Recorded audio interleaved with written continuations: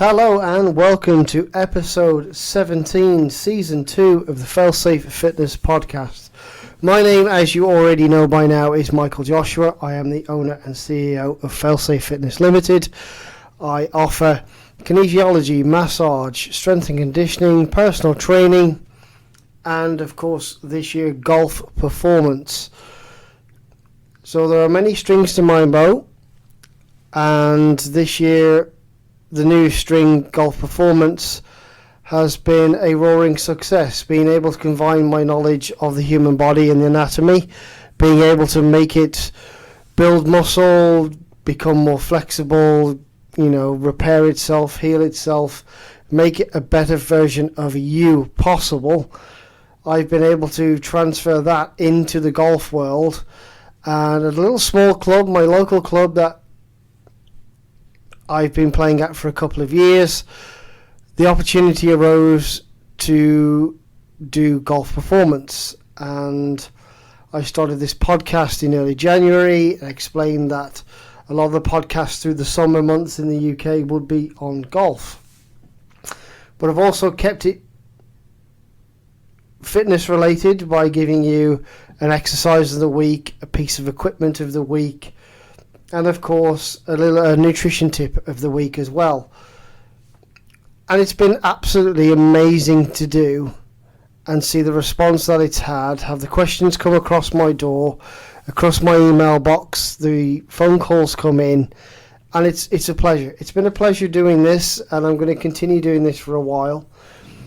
And I just wanted to get that out of the way, that this year 2023 has been an amazing journey that I'm on alongside all of the clients, whether they be personal training, strength and conditioning, massage, or golf performance, or even nutrition for that matter. You guys and girls have all been fantastic, and I'd like to say a big thank you. Now, I've got that off my chest. What's in this week's show? So, as always, I'm going to recap what I've been up to this week. We're going to talk a little bit about the blog post that's up this week. Blog post not written by me this week.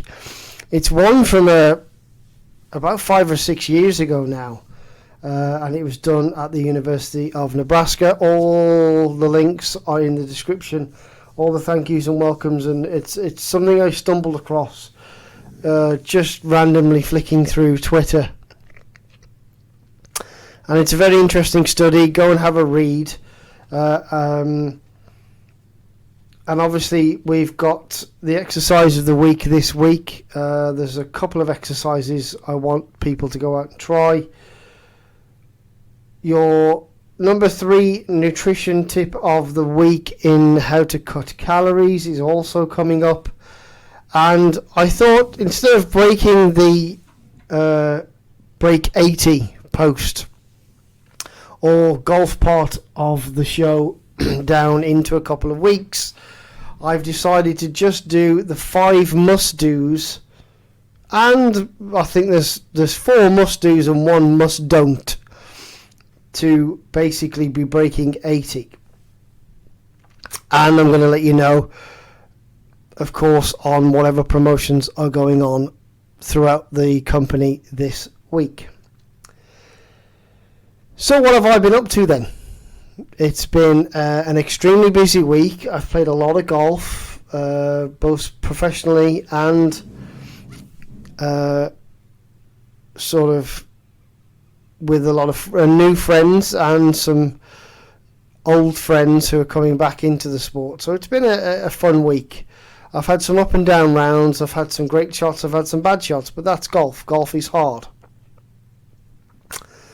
And the goal of me getting down to single figures this year after the year I had last year and the end of the season I had last year is looking hopefully likely. I've already come down from 13.9 this year down to 12.2. So 1.7 shots, another 1.7. So I need to come down another 3 shots.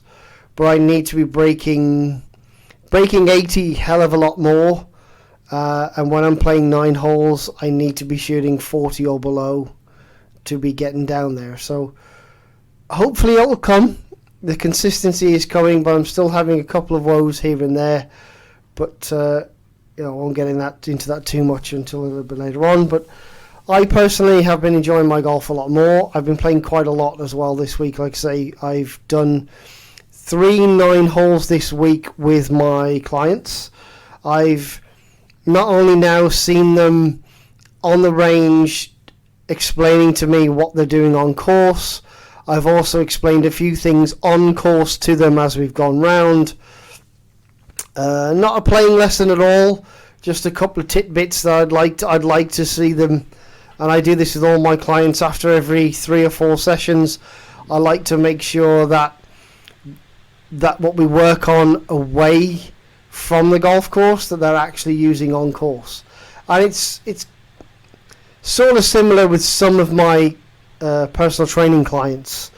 I like to see, if they're a power lifter, or if they're a runner, or if they're a triathlete, I like to go and see them in action. So whether they're coming back from injury, or whether they're doing their first run, or whether they're doing their first bike or their first meet, I like to go and see how they perform, and is there anything we can take away from the event that I saw that they didn't see. And I think that's a big skill of any coach of any kind, that you can go and take a look at it objectively and make your clients better, your team, your squad, whoever it is, make them better by objectively looking at it and going, well, they could do this better, they could do that better, and a few hints and tips, and get them nudged in the right direction. And that's basically what I've been doing all week, and it's been fantastic. Calls and emails are coming in thick and fast as well for your questions answered. So failsafefitness@hotmail.com. That's failsafefitness@hotmail.com. If you want to ask any questions on fitness, nutrition, or golf, stick them in an email, and the top 5 that come across, I will put out on a show. If you've been listening, you already know that. So next time round, I will do the top 5, not just the top 3 from each. So that'll probably be a little 60-minute to 90-minute podcast. And that's what I'm here for. I'm a working professional in a field of 1,000,001 professionals, and I'm just here to answer some questions and just either ease people's minds or steer them in the right direction. Of course, we've got your nutrition tip as well this week. And I think this is an interesting one. That's going to be interesting a little bit later in the show. And of course, writing this very show has been very difficult this week. I've had a laptop that's got a new hard drive in, and the new hard drive didn't want to work, so I've had to send that back. And it actually crashed my laptop, so that was fun. Not having a computer to write this show on was frustrating. I want to say a big massive thank you to Oppo and O2, because I had Oppo Reno 5G, Oppo Reno 8 5G, which died. I'd only had it a couple of months, about 2 or 3 months, 2 months I think. The screen protector cracked, and then the pin pattern stopped working, so I basically put it in a cupboard, and I didn't want to deal with it. Went back to my old phone. Heavy rain working as a greenkeeper the other day. Phone got wet.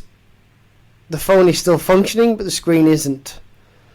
So I've had to go and switch. So I went into O2, all guns blazing. I said, look, this phone's dead. I said, I can put a password on it. I can put a PIN number on it. I can put a fingerprint on it. I can even put my face on it. But as soon as I put a pattern password, done. And, O2 went, okay, fine, no problem. They swapped the phone straight away. And so far so good with the second one not having any problems. But yeah, great service. Thank you very much. Been a good week. Made my week, to be fair. A couple of personal training clients have been, and they have had some good results. You know, the actual strength tests that we go through, in terms of, I tend to do push-ups, sit-ups, lat pull-down, or pull-ups, depending on their ability.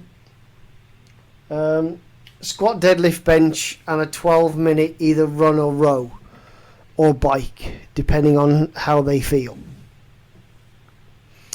And their ability, of course. Obviously, biking is easier than rowing, and running is harder than both of them. But I have some metrics that we can measure people against, and the two clients that have been coming over the last couple of weeks have made some big strides forward in terms of their, not only their weight loss, but their muscle mass journey. And this is something I've mentioned before on the show, is the fact that I can tell you how many carbohydrates you need to eat, how much fat you can intake, how much protein you need to take, whether you need to top up on certain vitamins and minerals, you know, micros and macros. I can tell you all of that. But what I can't tell you is how much muscle you need to put on to your body for it to start to have a global effect on not just the way you feel, but the way you look. And these two clients in particular have worked their butts off in the gym. They've worked their butts off outside of the gym in terms of nutritionally what they've been eating, how they've been doing it. And it's been sensible. It's not been, I'm not one of those coaches that's going to say, okay, all chocolate, all sweets, all crisps, all that, all bad, throw it away. I'm not one of those people. We are creatures of habit, and what we have to do is build healthy relationships with food. And we have to be able to time the ingestion of that food in terms of whether we're going to go and have a light training session, a heavy training session, and after those sessions, how are you going to refuel the body? And these two clients in particular have made fantastic strides. They've put on a lot of muscle mass in what is an extortionate short amount of time. And they're showing big signs of moving forward. And I just wanted to get it out there. I'm so proud of what you're doing. And I hope to, at some point this year, starting August 1st, I will be putting a video blog out of what I'm doing, because I feel kind of ashamed, and I'm going to openly admit this before we get into the meat of the show, is the fact that I am a 5'4" personal trainer weighing 111 kilos at the minute. Now, when I was competing at Olympic lifting, I was competing at the 95 kilo category, but I always kind of was around 102, 103, sometimes 105 kilos if I'd been on holiday. So I'd have to drop 4 or 5 kilos, which at the age of 35 was easy. But now at 45, I'm at the wrong end of that. And I hit 105 a while back, before COVID. And then I hit 115 after COVID. So I've lost 4 kilo. I've not really been training, I'll be honest. I've been in and out. It's been sporadic. I might get a good session in probably once a fortnight. But I've played a lot of golf. I've done a lot of walking. And I'm trying to carry my golf bag, which weighs around 20 to 25 kilo every round. So you carry 25 kilo for 5-6 miles, you're going to start to get a little bit fitter. Cardiovascular wise, I need to improve that, and I openly admit I am going to start doing that. But 1st of August, I'm going to start some filming, and I'll do some little numbers and a little video for you people out there who want to see me and my journey, where I started and where I am now. And I just thought I want to get that out there because it's going to be good to see. And building a healthy relationship with food is one that I don't have. I haven't had a healthy relationship with food for the best part of, I'm going to say, 20 years. So lived life to excess when I was younger, married quite young with kids, and delved into comfort eating to deal with my problem. I stuffed my feelings and my issues down with food. And that is still, to this day, still kind of the case. But I'm openly admitting that. And people who, some people will see the video and see me and go, how can you be a personal trainer? But I have a lot of experience, I have a lot of knowledge, and I've got a lot of demons.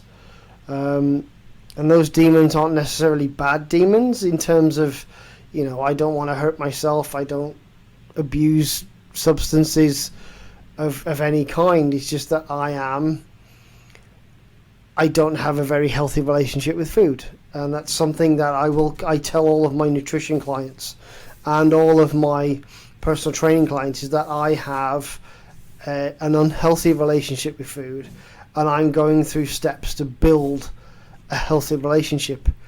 I'm slowly cutting things out. I've changed a little bit of my diet. So start of this year I was 115, nearly 116 kilos. So, it's not great that I'm not down to under 100 kilos yet. With a little bit more effort on my behalf, I could get there. And so I want to put these out there, and I want to see what you guys think, and guys and girls think out there, and you'll see the true me on camera and not just listen to this very monotone, boring voice.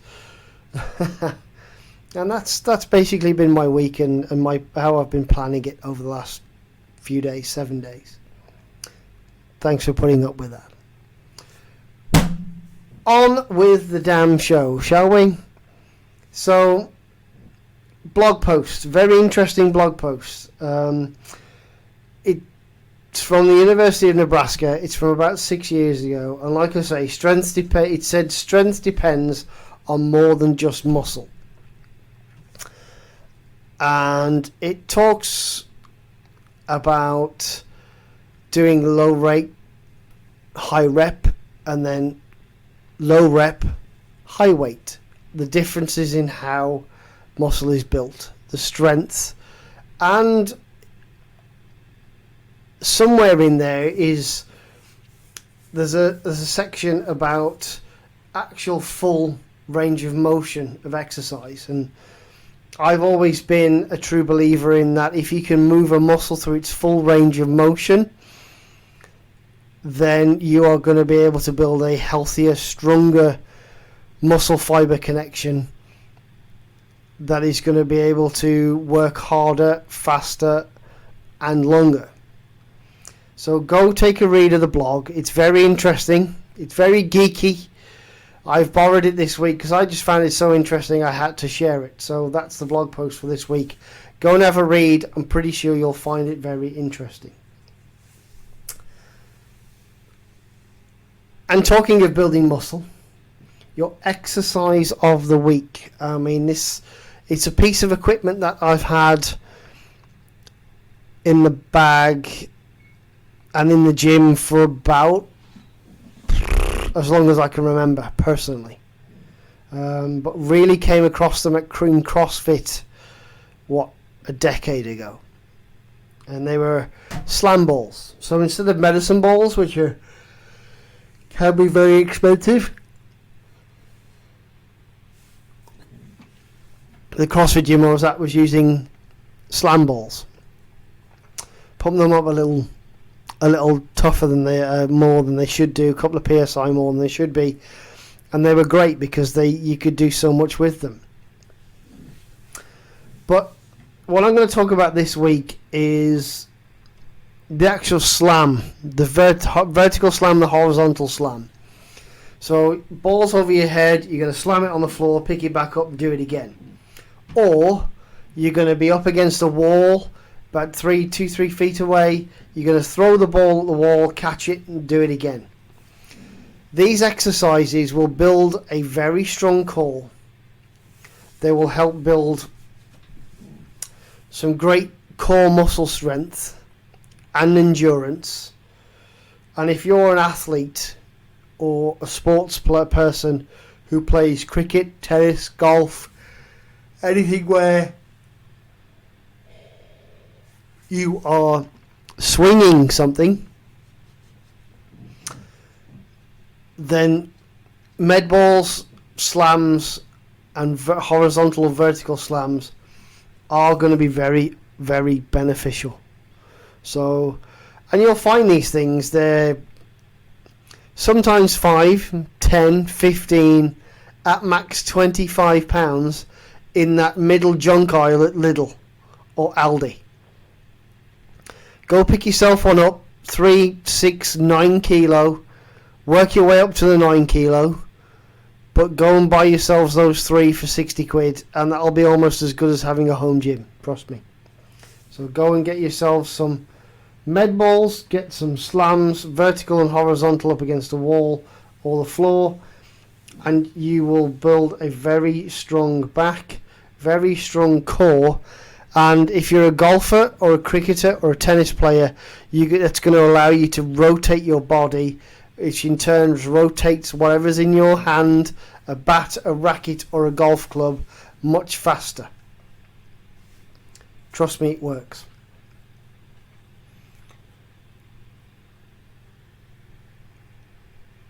Talking of things that work, pressure putt. I have 3 of these to give away. July, August and September. There are only 3 to go. So, July. Everyone who has a lesson with me in the month of July and the month of August and the month of September, golf performance coaching at Himley Hall Golf Centre or at the Failsafe Fitness home base, I don't care which, for every time you turn up and book a lesson, your name will be entered into the hat to win a pressure putt. Now these range from £15 to £30 depending on which part of the internet you're on. So they're a great little piece of equipment if your putting sucks, and they're almost a surefire guarantee way of you not 3-putting when you're out on the golf course. With 10 minutes a day, 30 minutes a week on this pressure putt, you will, I won't say eliminate 3-putting forever, but you'll give yourself a damn good chance at it. So every time you book a lesson, your name will go in the hat. We've already had one winner, Glenn, from last month. He's very happy and learning himself how to putt down his hallway. So get on board, get in touch, and we will get you sorted and you can enter that competition.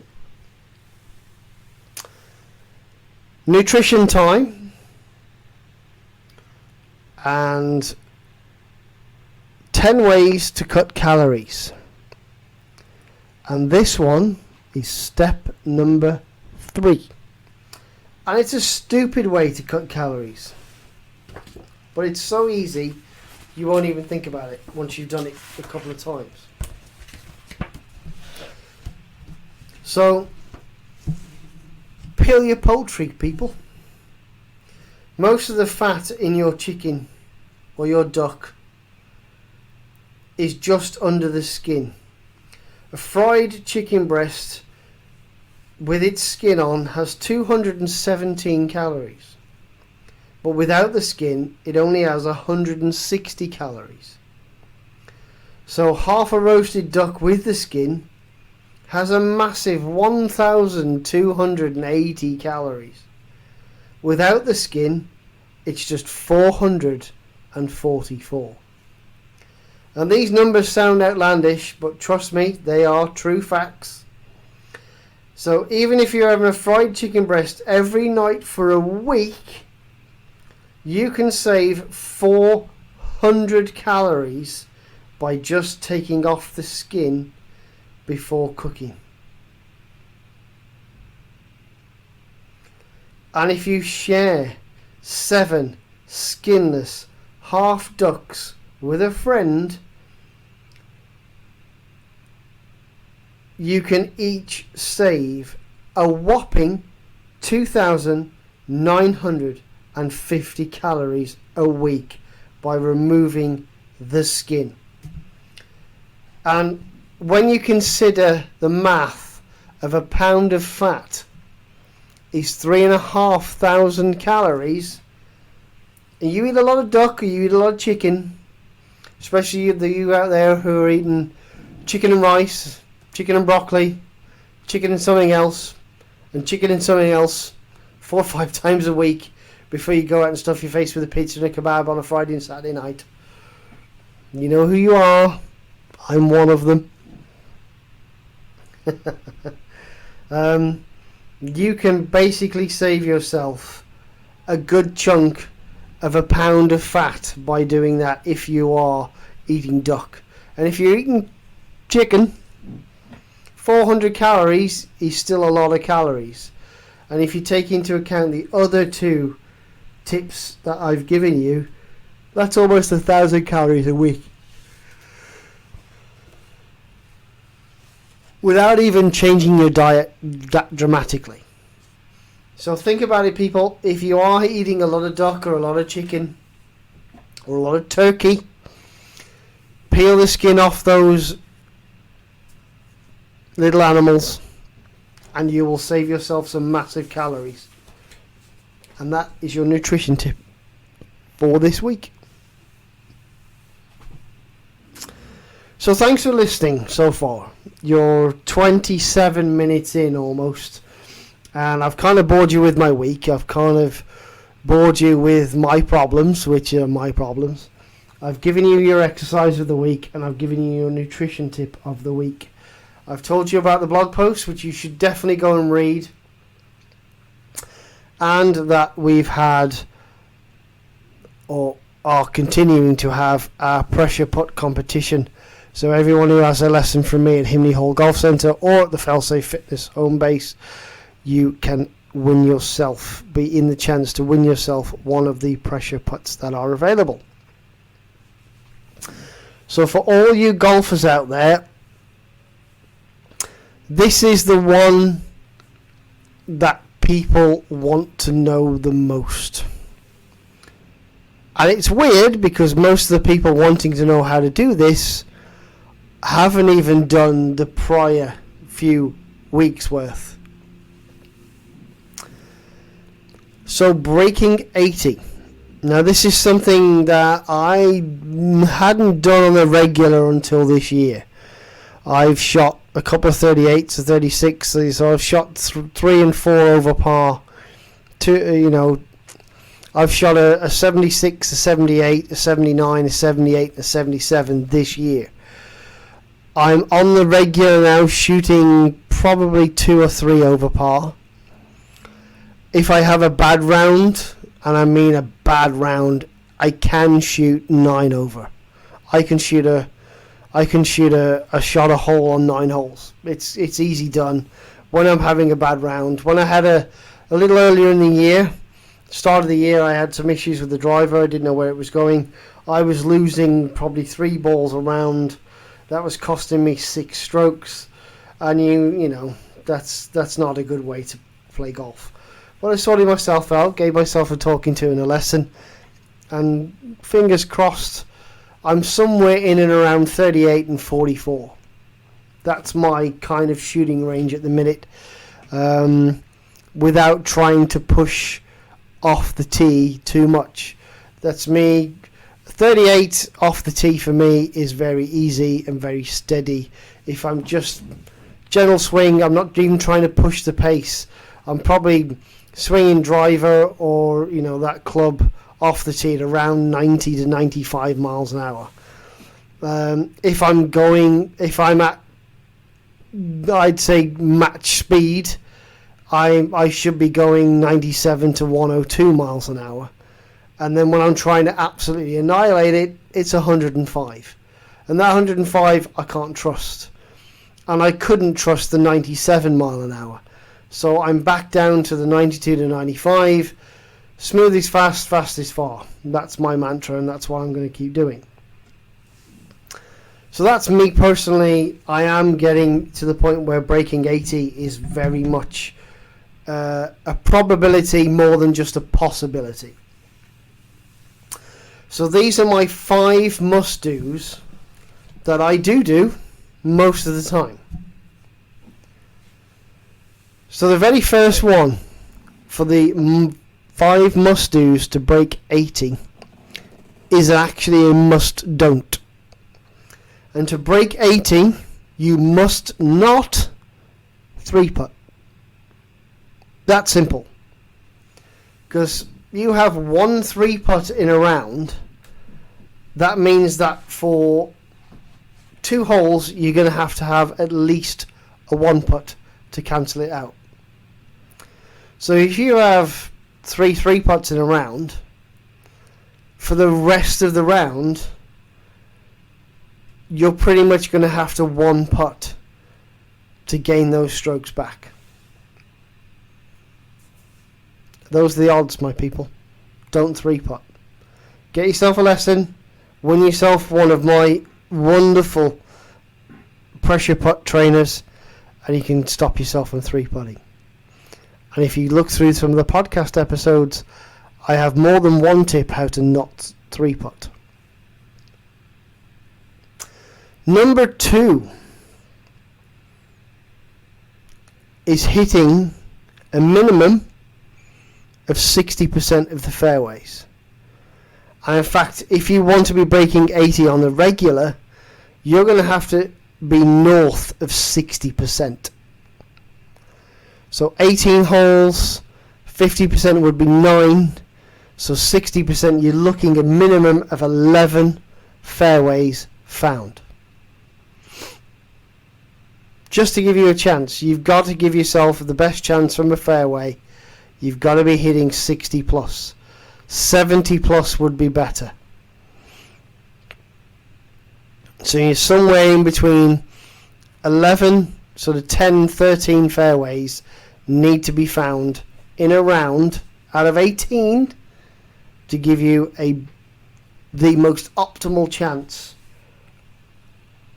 of breaking 80. Number 3, and this is a big one, and this is something I know needs to happen because this is what I do. You need to get up and down inside 25 yards more than 40% of the time.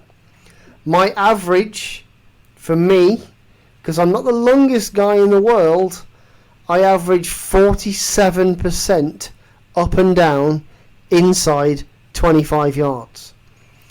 Using the tips that I've already shown people and talked about on this show. So if you're inside 25 yards, if you've got a chipper, learn how to use it. If not, learn how to use a bump and run.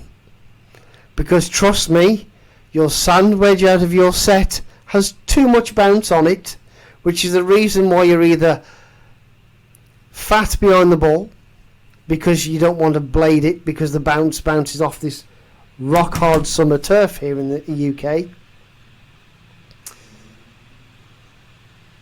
or you're going to do exactly that. You're going to use too much bounce and blade it through the green. So club up on the toe, hit it like a putt, buy yourself a chipper. And trust me, chippers work. I had a client just today we played with hold his very last shot with his chipper for a 4. And that's the kind of stats you need. So you need to be up and down 40% or more inside 25 yards. And then number 4 is know your yardage. And not just your yardage to the green, but how far you hit a club. Clubs carry. So if you've got a 200 yards or 250, like us at Himley, we have a 245 255 yard drivable par 4. But depending on where the tees sit, if they're a little bit forward, it's about 195 to carry the ditch at the front, and anything up to about 230 to carry the ditch at the front of just before the green. So what I need you to do is know that you can carry that distance to get it near the green. And this is what I mean by know your yardage. You need to know that your 6 iron might go 175 or 200 yards, but if it only carries 150, then that 160 front bunker, that 155 front bunker is in play. So yeah, you need to know those yardages, people. Not just your total distance, but your carry yardages too. And your fifth and final tip is to break 80. You've got to be extremely talented. You've got to hit lots of fairways. You've got to get quite a few up and downs. You've got to know your yardages. But most importantly of all, you've got to stay switched on. So you might hit a bad shot and pull it into the trees, but taking a bogey is better than trying to play the hero and blasting it through the trees and basically blowing your round. And that's something I did personally today. First tee, should have hit hybrid like I normally do. Decided to go with the driver to get a little bit of distance, and toe pull into the trees. I've had to hit a 6 iron out, and then I've hit a pitching wedge onto the green. Walked away with a bogey. So that is the kind of thing that you need to do. You can't just... I could have got 6 iron, or I probably could have got 5 iron to the green, but it was a bigger risk, so I took the safety shot. Don't play the hero, play boring golf. You need to stay mentally strong and not make stupid mistakes like going, oh, there's a 3-foot gap through that tree, I'll hit 3 wood. Get it out onto the fairway, accept that you're going to make a bogey, and move on. That simple. And those are your 5 tips to break 80. Do not 3-putt. You've got to hit at least 60% of your fairways. You've got to make at least 40% up and down, so inside 25 yards. You need to know your carry distance as well as your total distance. And you need to not make stupid decisions on the golf course. Don't play the hero, get it back in play, and just play boring golf. And those are my 5 tips to break 80.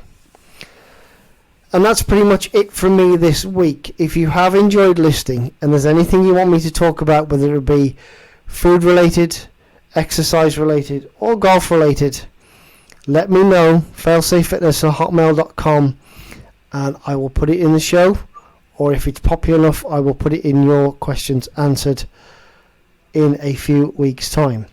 Thank you very much for listening.